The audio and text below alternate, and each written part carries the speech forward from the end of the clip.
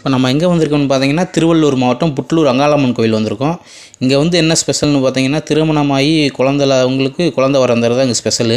அதை நோக்கி நம்மளும் இங்கே பயணம் பண்ண வந்தோம். வந்து பார்க்குற ஃபுல் கூட்டம். அதனால் நம்மளும் ஒரு அபிஷேகம் பண்ணலான்ட்டு போயிட்டு அப்படியே வளையல் போட்டு அந்த சாமிக்கு ஸ்பெஷலான ஜடா மாலை எல்லாம் வாங்கிட்டு அப்படியே பூஜை பண்ணலான்னு போயிட்டு என்ட்ரன்ஸில் பார்த்தீங்கன்னா இது வந்து எலுமிச்சம்பழம் சொருகிட்டு சாமி கும்பிட உள்ள ஒரு குழந்தை இல்லாதவங்க இந்த இடத்துல வந்து ஒரு தொட்டில் கட்டி ஆட்டி விட்டு இந்த சாமிக்கு வந்து சுற்றி ஒரு பூஜை போட்டு அப்படியே போகலாம்.